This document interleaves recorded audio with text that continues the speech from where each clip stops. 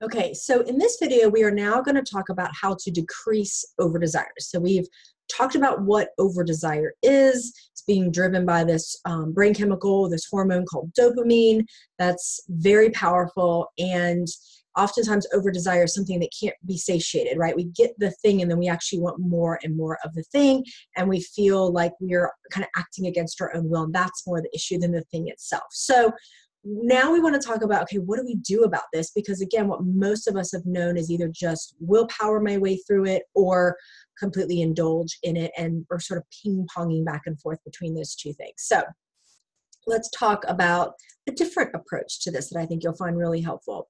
So as mentioned before, the power of desire and the issue with it is, again, desire is good, but when we over-desire something, the thing becomes very powerful. So again, we don't even want to label it as bad because we don't even want to give it that much power, right? The thing itself is neutral. It's just that what we think about the thing and how we respond to the thing, and of course the dopamine that's driving us to the thing, is what is causing us to feel sort of out of control with it. So if you have thoughts like, there's no way I could go through life without sugar, right? I really want you to think about that. And you don't have to judge yourself for that, but just really think about that statement for a second. Is that really what you want to think? I mean, if we, from a physiological standpoint, if we took all sugar, all added sugars, processed sugars off the planet, we would all be completely fine. We'd probably actually be a lot better, right? So we don't need it physiologically. So it's just something that's interesting if you feel that way. Again, don't judge yourself for it, but just kind of poke at that a little bit. Like, is that how you want to think about it, right? Is that how you want to feel about it? I could never be around, cupcakes, or fill in the blank, whatever the thing is for you that you're like, oh, it's my kryptonite.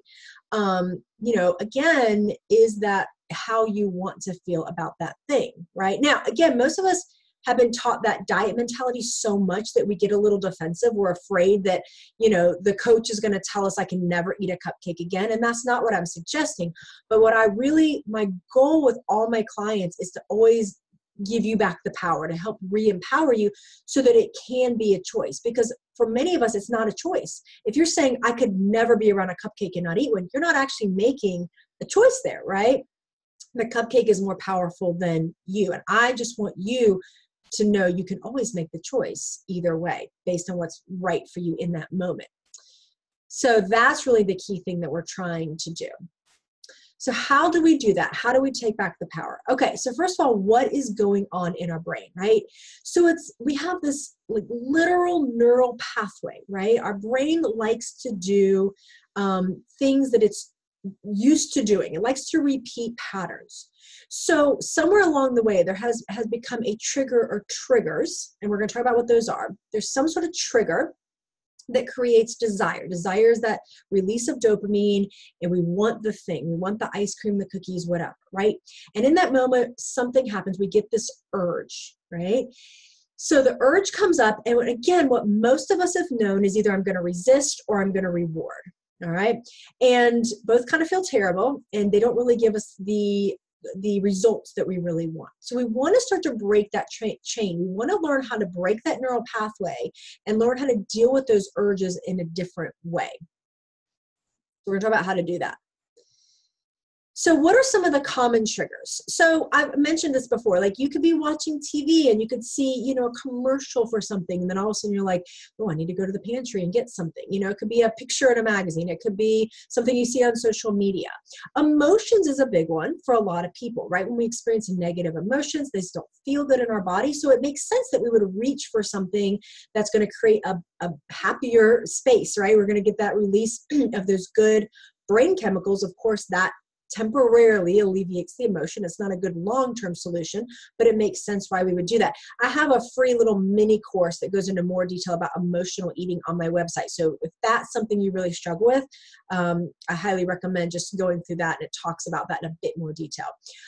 Social events, of course, there's usually a lot of foods, and it's usually not broccoli and tofu, right? It's social events, and that is something that can be a struggle.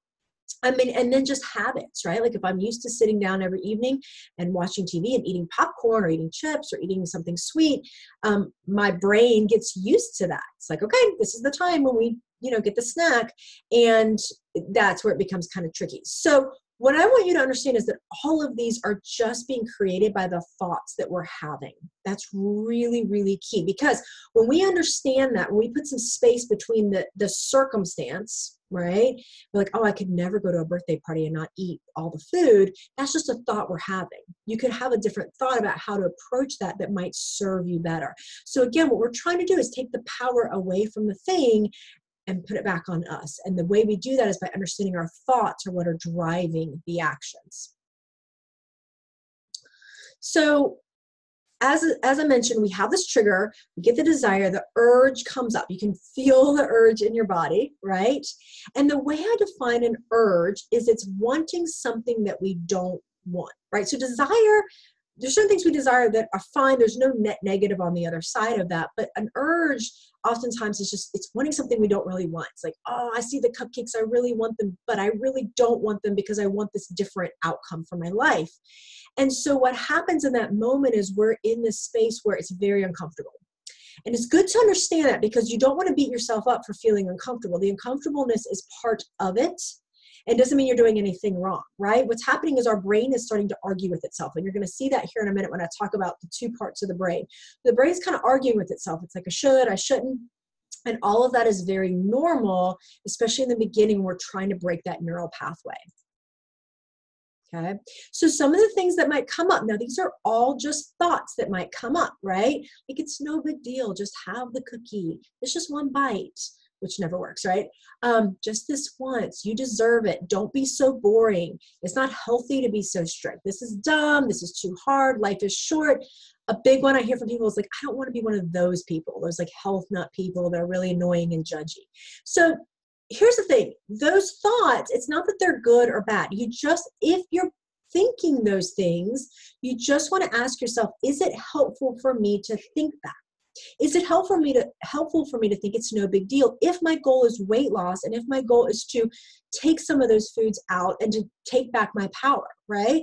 Is it helpful to think that? Is there another thought that might be more beneficial? Now, we're going to talk more about this in a couple of weeks when we get into catching our thoughts. But this is where I want you to just start paying attention, because if you don't understand that dopamine response, the brain is very convincing. Be like an amazing like lawyer. Well, yes, it is for some people, right? It really can convince you, this is dumb. I know this morning we said we're not going to have a cupcake, but come on, it's fine. You know? And so again, you're just asking yourself, you don't want to argue whether it's, right or wrong or true or false. You just want to decide if that thought is serving you, if it's helping you in that situation, or if it's driving you to continue to do behaviors that are leading to results that you don't want. So as mentioned, the usual outcomes, most of us, the urge comes up, and what we're going to do is we're either going to fight it, try to be the good girl. No, I can't have it, which usually leads to a rebound effect, right? Which then we give into the urge. And what happens every time we give into the urge is we're strengthening that neural pathway, right? The brain's like, oh yeah, every time I release that dopamine, I get that hit of that thing. And so we're continuing that cycle, right? So most of us are kind of ping-ponging back and forth, not really understanding what's going on in the brain, and then feeling like something is wrong with us.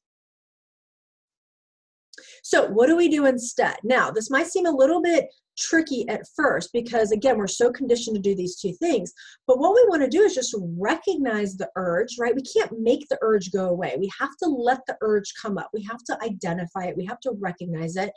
And ideally, what we do is we don't respond to it, right? We let it be there, right? If you've ever, we're going to talk more about this in a minute, but if you've ever had a little kid that's just having a fit, sometimes you just let them have the fit and they're having the fit. It's not that you love it. You would prefer for them to be quiet, but you aren't necessarily paying it much attention, right? And that's kind of what we want to do. We want to recognize, oh, I'm having an urge for this thing, but I've decided I'm not going to have it. So we feel it. And kind of like hunger, what you'll notice is the urges come in waves, right? And in the beginning, it's going to be a little bit tougher, but we're going to start to break that neural pathway. And over time, what you're going to find is that trigger isn't really a trigger anymore, and the desire decreases greatly, and it becomes no big deal. So let's talk a little bit more about the science really of what's happening, what's going on in the brain. So I was a psychology major. If you study that at all, you probably heard about Pavlov's dogs. So Pavlov's dogs it was this experiment where he would ring a bell every time he fed them or was about to feed them. And so obviously ringing a bell has nothing to do with food in and of itself. And so initially the dogs could hear a bell ring and have no response. But as he started to pair the bell with the food, over time, the dogs, of course, associated that. And when he would ring the bell, the dogs would start to salivate just by the sound of the bell. So what's interesting is the same thing's going on in our brain, right? We're connecting certain things, right? We're getting these certain triggers. Now, how do you get the dogs to not salivate when they hear the bell? You stop connecting the bell with the food. You ring the bell and you don't bring the food. And that's kind of what we're doing. The other example I use is the toddler at Target, or, any store you can put in there, right? But if you've had kids, people that have kids, if I take my kid to Target and every time we go, they get a little toy or a little piece of candy or something like that, right? They start to associate that store with a treat, right? So of course we go, they're going to have the desire, they're going to have the urge. If one day we go in there and I'm like, no, you're not getting a toy today, what is the toddler going to do? It's going to throw a tantrum. I know all the moms right now are like, no. And it's the same thing happening in our brain. If every night we sit down and watch TV, we get a big bowl of ice cream, and then one day we decide not to, of course, the brain's kind of freaking out because it's like, no, we need that feel-good hit. We need those brain chemicals released. What's going on? Why am I not getting the reward?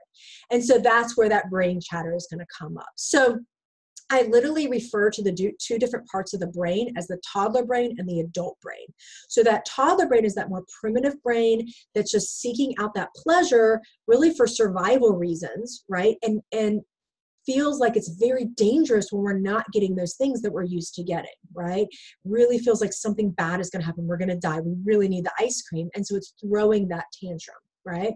Whereas the adult brain is able to think past it and go, wait, no, I don't want that because I have this bigger goal, right? And so we just have to sort of strengthen the muscle of that adult brain and shift into thinking more long-term about it, right? And it takes some time. So again, the toddler brain is that more primitive brain, the basal ganglia, a lot more unconscious patterns. It just wants to be efficient and keep doing what we're doing. Let's not mess this up. We do this every night. Why are you not doing this tonight, right? And it really thinks change can equal death. Right? It's like, I know we're overweight, but listen, we're alive. So let's just keep doing what we're doing. Let's not mess with anything, right? Of course, logically, we know that's not good. It's not how it's going to work. So the adult brain, the evolved brain, the prefrontal cortex, this is where we can do more conscious thinking. We can plan, we can process, we can think long term, and we can also understand that not eating the ice cream is not going to lead to death, right? In fact, it may make us healthier. So again, listen, it's just going to be a thing where we have to just sort of shift our brains, shift our thinking, and strengthen that muscle of being able to shift into that way of, thinking long term and using the prefrontal cortex. And that toddler brain can be very convincing. So again, you might be like, well, what's the difference between allowing an urge and willpower? They kind of feel the same. And a little bit they might, right?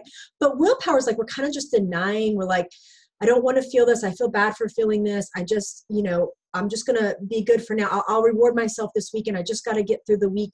Those types of things are willpower, right? If you think about, like, if I were to, hold up a really heavy weight, right? I can only do that for so long. So sometimes a little bit of willpower can serve us in areas of our life. But if we're relying on that all the time, then, eventually my arm's going to get tired. I just can't do it. I've got to drop it down. And it's the same thing with willpower. So with an urge, we're very conscious. We're aware. We're like, come on in, have a seat. Let's hang out. And it doesn't necessarily feel good. And that's important to know, because you don't want to think you're doing something wrong if it doesn't feel good.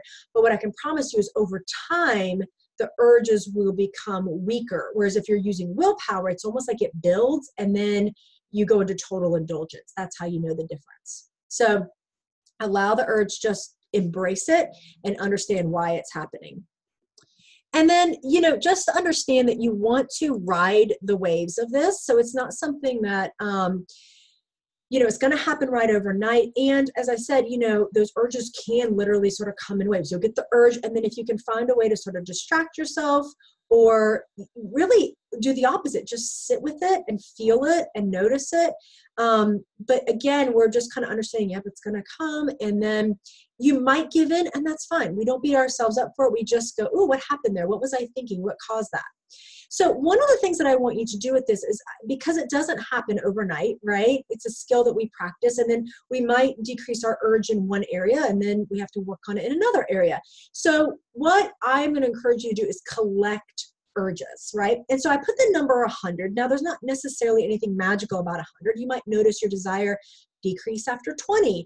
It may take more than 100, but the idea here is that what we're doing is, it's like we're ringing the bell and not bringing the food, right? And every time we do that, the desire decreases a little bit, a little bit. Now, here's the good news. Let's say you allow an urge, you don't respond, you allow an urge, you don't respond, and then you get an urge and you do respond. You do not have to start all over again, right? The next time you experience an urge and you don't respond, you can track that one and just keep going. So it doesn't have to be, all at once or all in a row. But again, I just want you to understand that it's not something that just happens overnight, or you're not going to necessarily have this just aha moment and never desire the thing again. Also understand that if you get the thing away, let's say that you're used to drinking soda and you stop drinking soda and you're like, oh, I legitimately don't really even desire it anymore, right? If you reintroduce it, just understand that neural pathway will fire back up again and the desire will come back up. And that's totally fine. Just understand that, decide if you want that to happen, and then you just go back through collecting your urges, and it should happen quicker, okay? But just know that if you reintroduce the thing, the desires and the urges are going to come back up, okay? So that's how we're going to do this. We're not going to try to willpower. We're not going to beat ourselves up. We're just going to become very conscious about it, recognize the urges, understand the triggers, and then, use that conscious adult brain to record what we got going on, collect your urges. And there's a worksheet that I'll include with you here where you can start to collect those, or feel free, of course, to collect them wherever you want to. But that is your mission if you choose to accept it. So good luck with this. I can't wait to hear how it goes.